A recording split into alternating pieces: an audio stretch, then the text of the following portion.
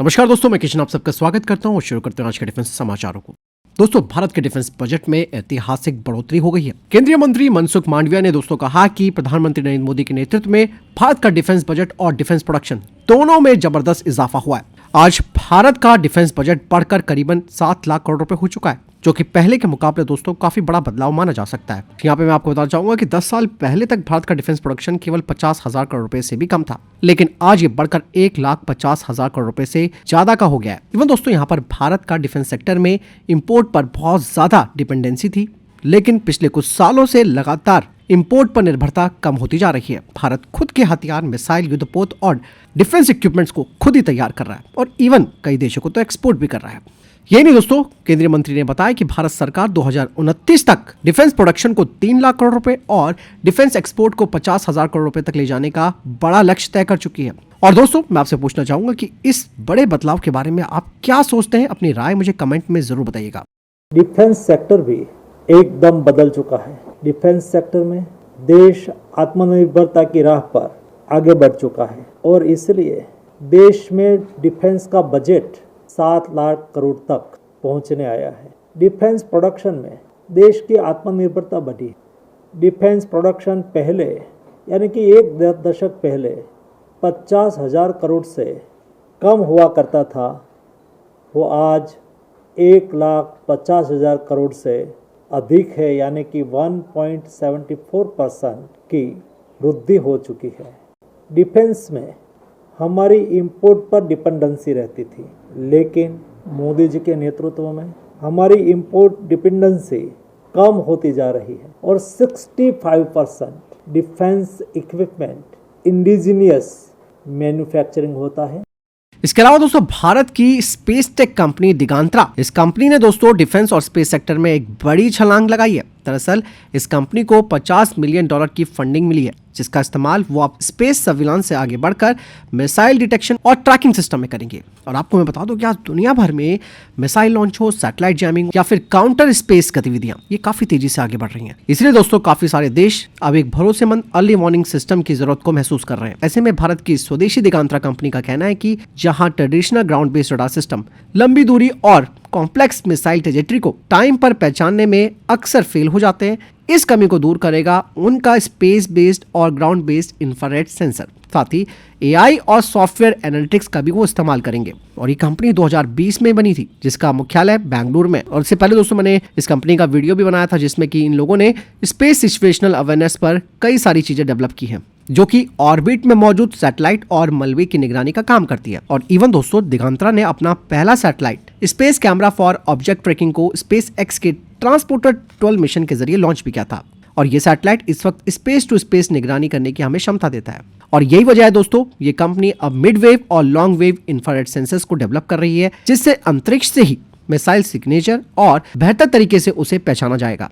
Even दोस्तों, ये company भविष्य में इंटरसेप्टर सिस्टम के लिए लेजर और लाइडर टेक्नोलॉजी पर भी काम कर रही है। और आप देखिए दोस्तों, भारत के स्टार्टअप जो है वो किस इनोवेटिव चीज पर काम कर रहे हैं, ये देखते हुए कि मौजूदा खतरा और भविष्य का खतरा किस तरीके से हमें प्रभावित कर सकता है, तो इसीलिए उसके लिए सॉल्यूशंस हमारी भारतीय स्टार्टअप कंपनियां तैयार कर रही हैं। वहीं दोस्तों, भारत ने बंगाल की खाड़ी में एक बड़ा नोटम वार्निंग जारी किया, जो कि 22 से 24 दिसंबर 2025 तक रहेगा। और इस टेस्ट की रेंज करीबन 3,240 किलोमीटर हो सकती है। मतलब साफ है कि ये कोई सामान्य मिसाइल नहीं होगी दोस्तों, बल्कि ये भारत की लॉन्ग रेंज बैलिस्टिक मिसाइल का टेस्ट हो सकता है। हालांकि यहाँ पर एक्सपर्ट्स ये कह रहे हैं कि भारत इस दौरान पनडुब्बी से लॉन्च होने वाली बैलिस्टिक मिसाइल यानी कि SLBM को टेस्ट कर सकता है। यानी कि हो सकता है कि K4 मिसाइल से जुड़ा हुआ ये टेस्ट हो, क्योंकि इसकी रेंज 3,500 किलोमीटर है, जिसे कि अरिहंत क्लास की न्यूक्लियर सबमरीन पर तैनात किया जाना है। अगर ये टेस्ट सफल हो जाता है दोस्तों, तो भारत की सी बेस्ड न्यूक्लियर डिटरेंस यानी कि हमारी जो सेकंड स्ट्राइक की क्षमता है वो और मजबूत हो जाएगी।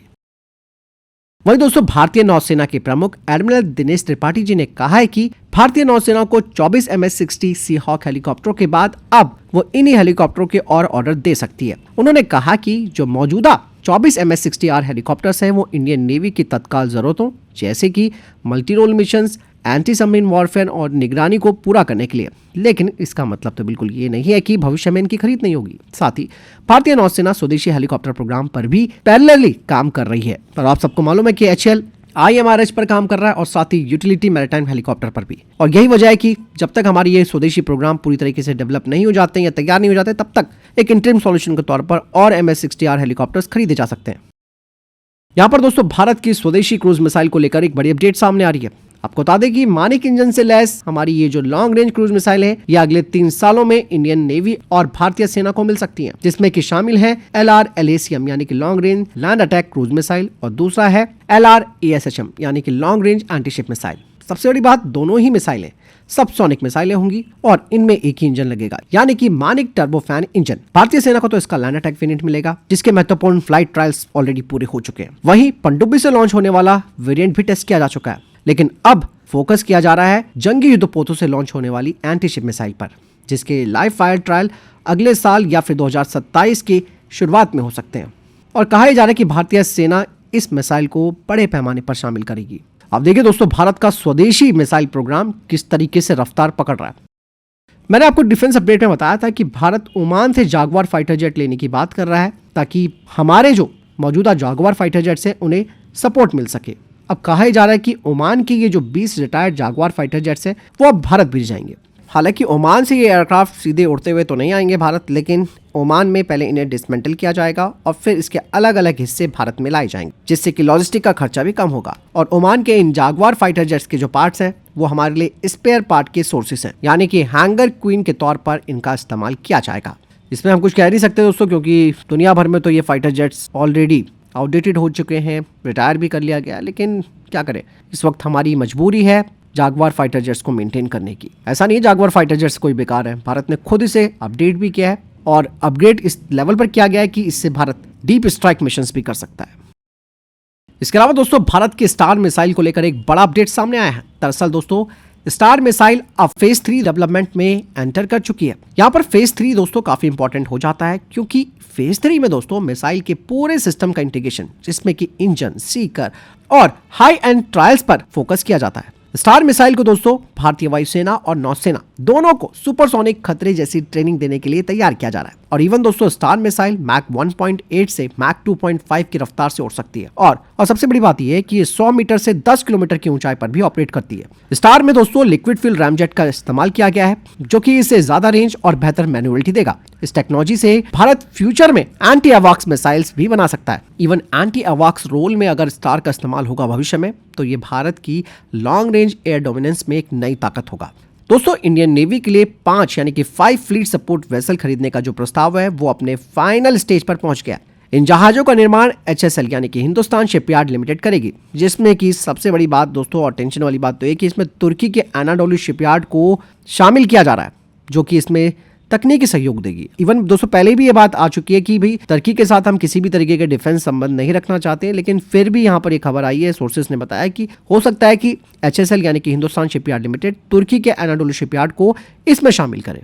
हालांकि यहाँ पर मैं कहना चाहूंगा कि भारत को और दूसरे ऑप्शंस पर विचार करना चाहिए, लेकिन FSV जो है ये काफी जरूरी है हमारी नौसेना के लिए। ये 230 मीटर लंबे होंगे, लगभग 45,000 टन का इनका डिस्प्लेसमेंट होगा। मतलब भारतीय नौसेना के सबसे बड़े सपोर्ट जहाजों में इसे शामिल किया जाएगा। इसके जरिए भारतीय नौसेना समुद्र में फ्यूल, हथियार और लॉजिस्टिक की सप्लाई कर सकती है, ताकि INS विक्रांत जैसे एयरक्राफ्ट कैरियर लंबे समय तक ऑपरेशन कर सकें। पहला जहाज मंजूरी मिलने के 4 साल के अंदर डिलीवर होने की उम्मीद है। इस प्रोजेक्ट की लागत दोस्तों 1.5 से $2 बिलियन तक बताई गई है। हालांकि ये सौदा मेक इन इंडिया को मजबूती तो देगा, लेकिन यहाँ पर पार्टनर जो हम चुन रहे हैं उसको लेकर थोड़ा सतर्क रहना पड़ेगा। फिलहाल आपको क्या लगता है, कमेंट सेक्शन में लिखकर जरूर देगा।